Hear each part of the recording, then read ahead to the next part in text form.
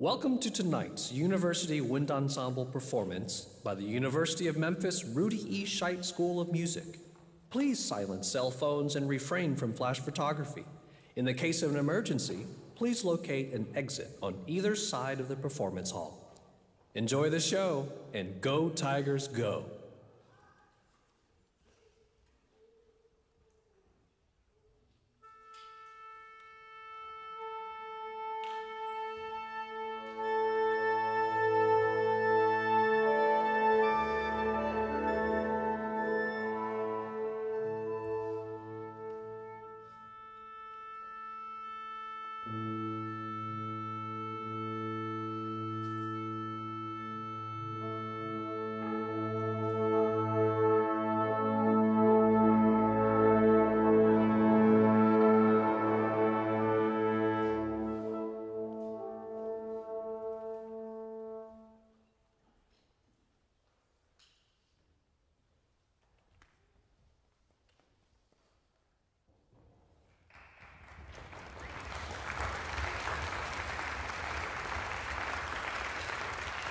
Thank you so much for joining us this evening. Thank you. My name is Albert Wynn.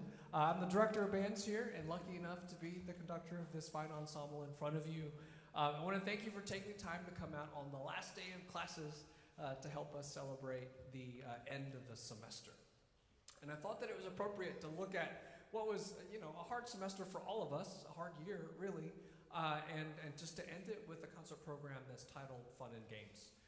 And so in the program, as you can probably see through the notes, the idea here is to evoke a sense of fun, even forecasting into the summer, a sense of whimsy, that is. And we hope that you've enjoyed the adventure that we will take you on.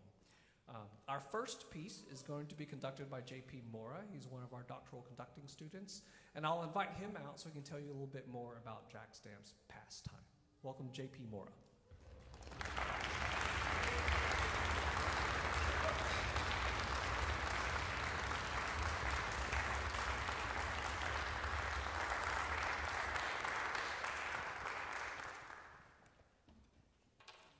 Alrighty. Good evening, everyone. So just want to talk really quick about this first piece. By the way, this concert is entitled Fun and Games, and so we're going to have a great treat for you in terms of a concert program. This first one is based around the sport of baseball, and so if you are a fan of baseball, there's quite a few funny attributes in terms of melodies and also Easter eggs that we implement here with some historical facts. So some fun things to listen for are some hidden tributes to the sport itself and its legends. For example, the famous Barry Bonds, who originally played for the Pittsburgh Pirates before he settled into playing with the San Francisco Giants. The composer was originally from Pittsburgh, and so when Bonds made the decision for his career to switch teams over the Giants, obviously he wasn't very pleased with that, and he decided to dedicate the measure 25, number 25 in the piece, to Barry Bonds with a large cluster chord for his distaste, and that's this here. Thank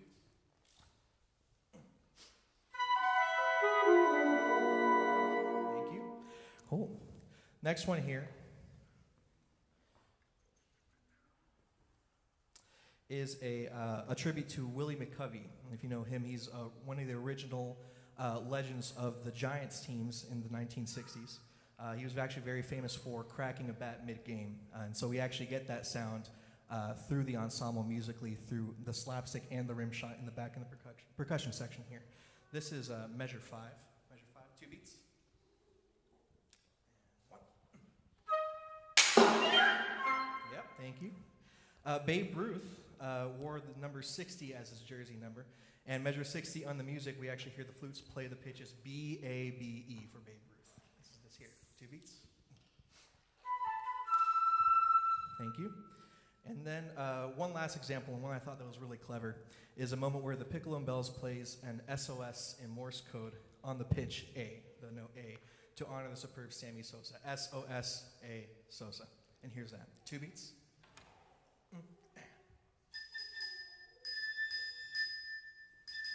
Awesome. So go ahead and, as an audience, just try to hear out for those Easter eggs and those tributes to baseball. Again, the entire melody is based around Take Me Out to the Ball Game. This is Pastime. Thank you so much.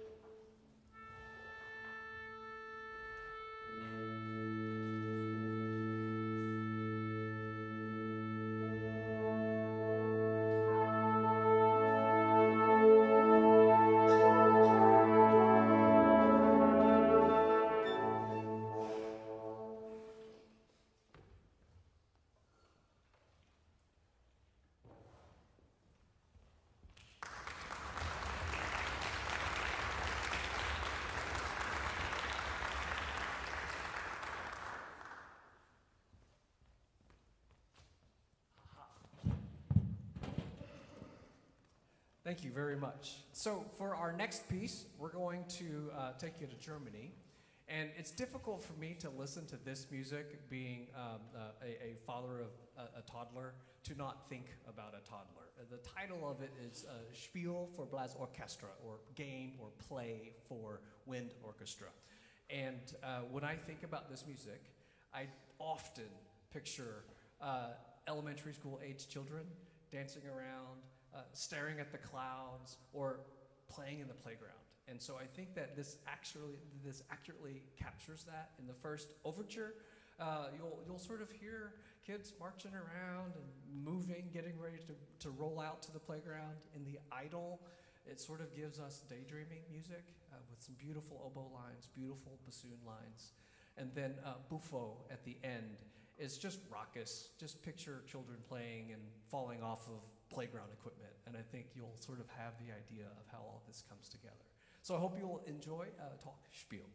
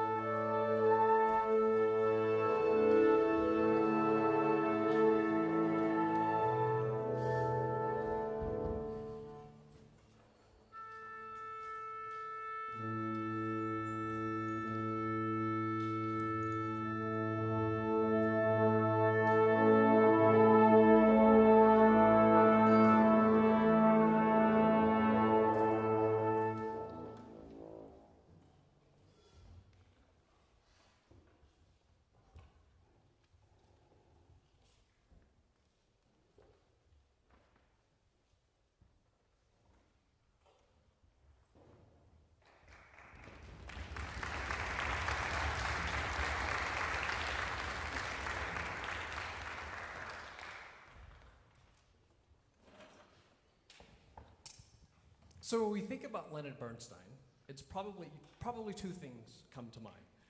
One, his time as the conductor of the New York Philharmonic, and likely this little musical called West Side Story.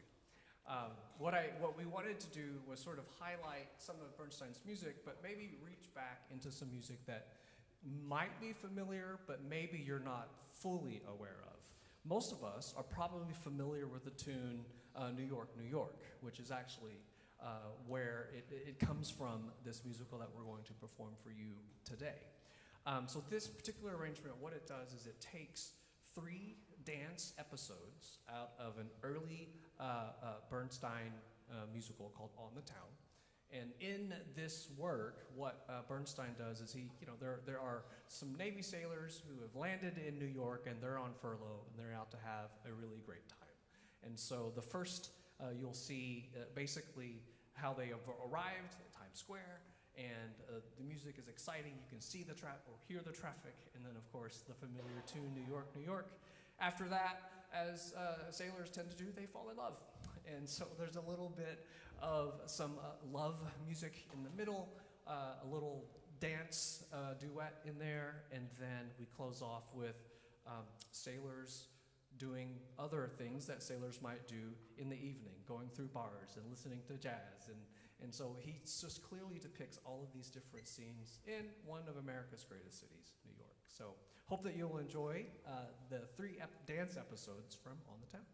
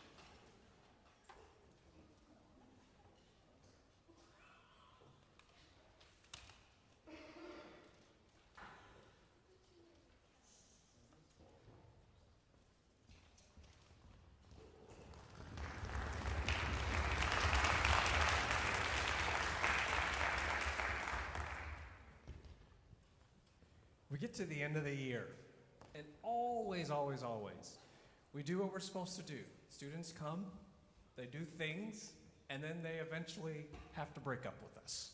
And they go off and do the things that they're going to do and change the world. And I'm just thrilled that each single year I get the chance to work with such wonderful people.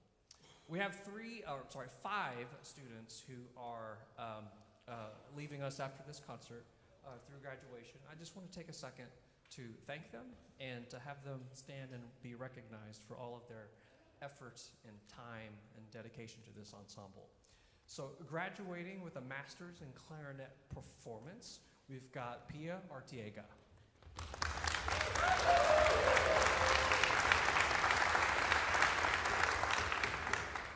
Graduating with a bachelor's in music and saxophone performance and music history, we have Paris McCann.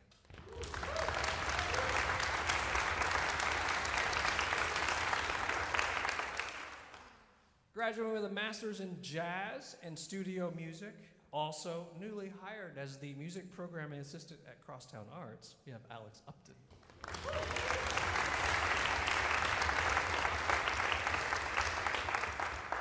Graduating with his BM in music performance and a minor in film through the Department of Communication and Film, Jacob Bridges.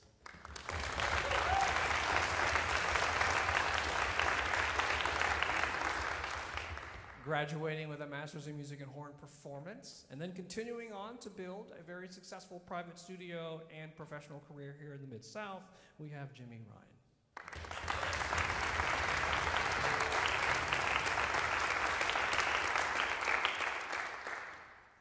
Again, it's our pleasure to be here and guide you through all of this, and I am always in awe of how you all changed me, because I get to work with you on a daily basis. So thank you, and I wish you all the best luck as you continue. And please don't forget about us when you come back, because we want to know about you. We want to understand what you're doing.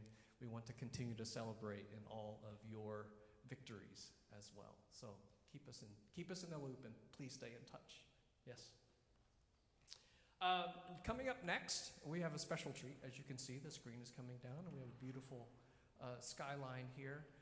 This is Godzilla Eats Vegas by Eric Whitaker. And this is conducted by DMA student Erin Duke. And I think she has a whole lot to say about this, because she's worked really hard on the presentation. I'll just give her the opportunity to explain all she has done to prepare this performance for you. So please welcome Erin Duke.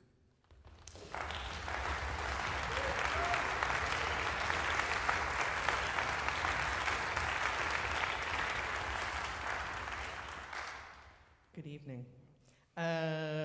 Okay, where to start? So Godzilla Eats Las Vegas. There's a little bit in the program about how this came about, but Eric Whitaker, he's mostly known for his choral works now, and he's got a couple works for band, but he was nearing the end of his bachelor's degree at the University of Las Vegas, and it took him 6 or 7 years, so naturally by the end of it, he said he wanted to eat Las Vegas.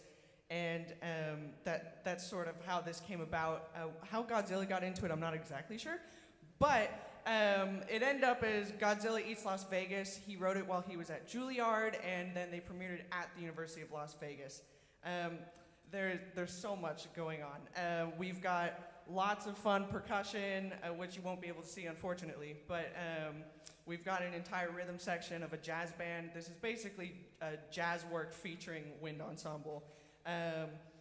And then there's this whole thing. He wrote this in 1996, and it was only about 8 or 9 years ago that he had a movie that he had made to accompany this, which is sort of standard now in the band repertoire. I didn't know that before I came up with the idea to, I was thinking I was going to make a movie myself. And then I started this and said, oh gosh, no. I technically did not make this. I made a comic book using AI, which is, it feels like cheating, but it's not, because I'm quoting it here. But yeah, so I mean, for what it is, it's pretty impressive. I feel like I spent a lot of time, but not as much time as somebody would if they were making this themselves. And so how that process worked was I took the original script that Whitaker put in his score. It's in 2 acts. And then I wrote out scenes. And I thought I would just be able to put those scenes into an AI art generator and it would come out with what I feel like is okay, and that was not the case. So one of the scenes, and I'll explain the story in just a second, but I wrote, the Sphinx offers her hand to Godzilla, and they begin to tango underneath the stars amidst the Vegas rubble. That got me absolutely nowhere. They had like 3 heads, it was all 3D and boxy, and it was bizarre.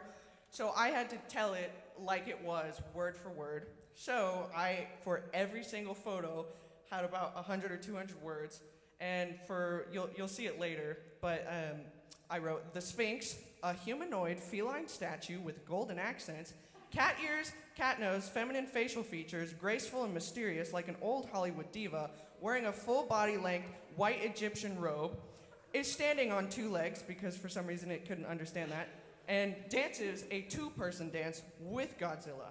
Godzilla, a massive 100-foot tall black shadow, scaled lizard, terrifying yet oddly theatrical and emotive. Hearts are all around Godzilla. Godzilla's blushing. In front of the Luxor Pyramid, the Las Vegas Strip is in shambles. There are crushed cars and buildings have broken windows. Some parts of the city have smoke coming out of them. It's now nighttime. A few stars are in the sky. The background and mood should be 1950s high contrast black and white image, comic style, dot art style, lots of contrast, Ben Day dot style, Neil Adams style, Jack Kirby style, Dan Morris style, Lee Weeks style, Joe Shuster style, gritty newspaper, editorial illustration, no color, no text. So, yes, oh yeah, there you go. Thank you, appreciate that. No matter how many times I said no color, no text, it did it anyway. So there'll be a lot of odd non-words that I mostly photoshopped out, but there's still a lot there. There's a lot of random Godzilla in there, but you know, it's a comic book, so we go with it. So the story. I think you might be able to catch most of it on your own, but just to be totally transparent, we start out, it's Las Vegas in the 1950s, and people are having a great time. The people get 2 warnings. One from a person in the desert that warns of evil using a shakuhachi flute, shakuhachi. It's Japanese. I think Whitaker decided to use that because the Japanese culture, idolizes Godzilla. And the second one is from a military command center, and the people in Vegas ignore both. Well, Godzilla shows up, I don't know how he ended up in Nevada, but he did. He starts destroying absolutely everything, and the strong, brave musicians of Las Vegas know just how to stop him, and they challenge him to dance. And so that doesn't quite work, and Godzilla is just enjoying his city, and that's Act 1. Act 2 is, while Godzilla is chilling, an army of Elvis impersonators take on the task of stopping him. They come armed and prepared, and the army tries to help them. To no avail, they're unsuccessful. But mid-fight, something catches his eye, and it's the Sphinx sitting outside the Luxor Hotel. They fall in love, and that is where I'm going to leave it, so I don't spoil the ending. But I just want to say thank you to the operations team for making this happen. I know it was a lot of work last minute. And also to Andrew McGuire, who is running my lovely slideshow. So without further ado, this is Godzilla Eats Las Vegas.